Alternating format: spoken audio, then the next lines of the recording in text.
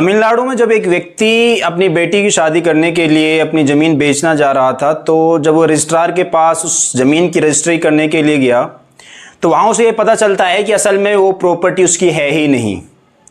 और रजिस्ट्रार के द्वारा उसे बताया जाता है कि आप ये प्रॉपर्टी सिर्फ वक्फ बोर्ड की अनुमति से ही बेच सकते हैं।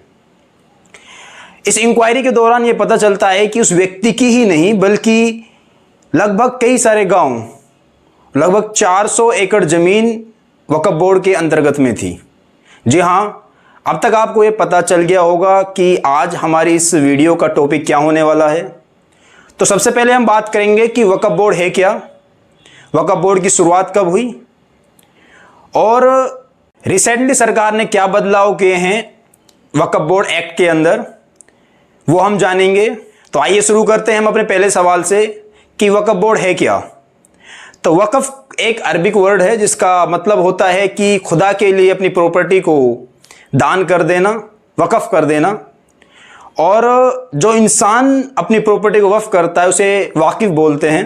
ये व्यक्ति अपनी प्रॉपर्टी को वक्फ कर सकता है जो उसका राइटफुल ओनर है, जिसके पास दस्तावेज हैं, डॉक्यूमेंट्स हैं। फिर वह व्यक्ति उस प्रॉपर्टी पर किसी भी तरह का हक नहीं रख सकता। फिलहाल पूरे देश में 30 वक्फ बोर्ड हैं, हर एक स्टेट के अलग अलग। तो दूसरा सबसे बड़ा सवाल जो हमारे सामने उभर के आता है वो है कि रिसेंटली सरकार ने इस कानून में क्या क्या बदलाव किए हैं। तो शुरुआत से हम जानते हैं कि सबसे पहले इस कानून का सरकार ने नाम ही चेंज कर दिया है।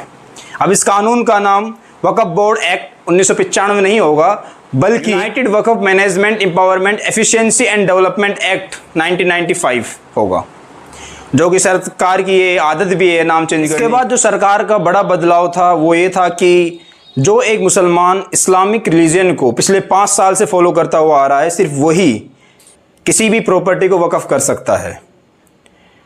और जो तीसरा जो बड़ा बदलाव इस कानून में देखने को मिलता है वो ये कि अब जो सर्वे होगी वो ना कि एक इंक्वायरी कमिश्नर करेगा बल्कि कलेक्टर की जिम्मेदारी ये बात सौंप दी गई है कि कलेक्टर, एक डिस्ट्रिक्ट का कलेक्टर ये सर्वे करेगा और सर्वे करने के बाद वो सरकार को रिपोर्ट देगा और सरकार उस रिपोर्ट के तहत ये सुनिश्चित करेगी कौन कौन सी प्रॉपर्टी वक्फ बोर्ड की प्रॉपर्टी है और उन्हें ऑफिशियल गजट में छापेगी।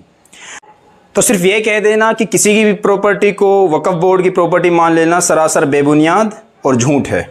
इसके बाद जो सबसे बड़ा बदलाव जो देखने को मिलता है वो ये कि अब इस काउंसिल के जो मेंबर्स, उसमें 2 मेंबर्स नॉन मुस्लिम्स भी होंगी, जो काफ़ी अपने आप में एक कंट्रोवर्शियल टॉपिक है। क्योंकि जब हम देखते हैं कि हिंदू टेम्पल बोर्ड एक्ट, तो उसमें ये साफ साफ शब्दों में लिखा हुआ है कि सिर्फ उस बोर्ड में जो मेंबर्स होंगे वो सिर्फ हिंदू होंगे।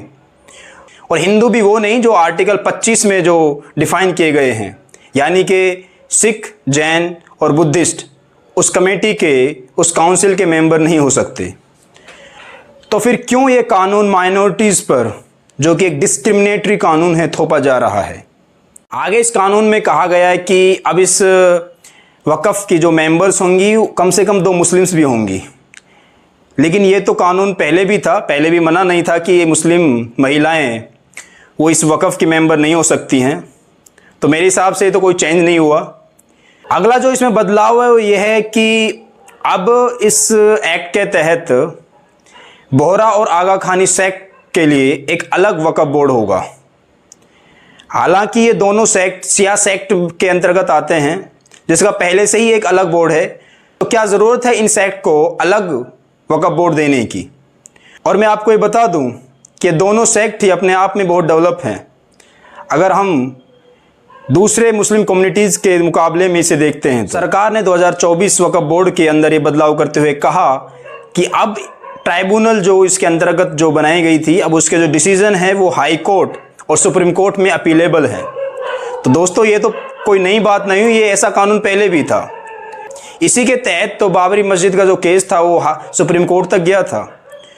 और असल उस केस को हारने के पीछे सबसे बड़ा रीज़न ये था कि वक्फ बोर्ड उस प्रॉपर्टी को वक्फ प्रॉपर्टी साबित ही नहीं कर पाया।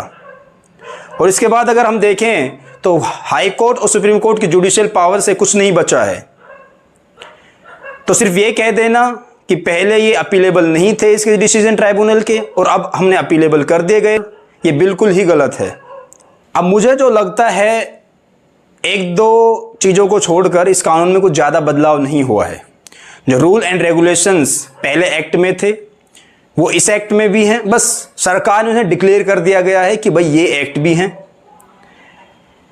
और इस कानून में जो बदलाव हैं वो सोसाइटी का भला कम, राजनीतिक मुद्दा ज़्यादा है। आपको मैं एक बहुत रोचक बात बताता हूं कि जब कोई सरकार मेजोरिटी में होती है तो कानून बनाना सबसे आसान होता है, बजाय कि वो इंफ्रास्ट्रक्चर काम कराए, वो एजुकेशन प्रोवाइड कराए, वो बेरोज़गारों को रोज़गार दे और अदर डेवलपमेंट काम कराए।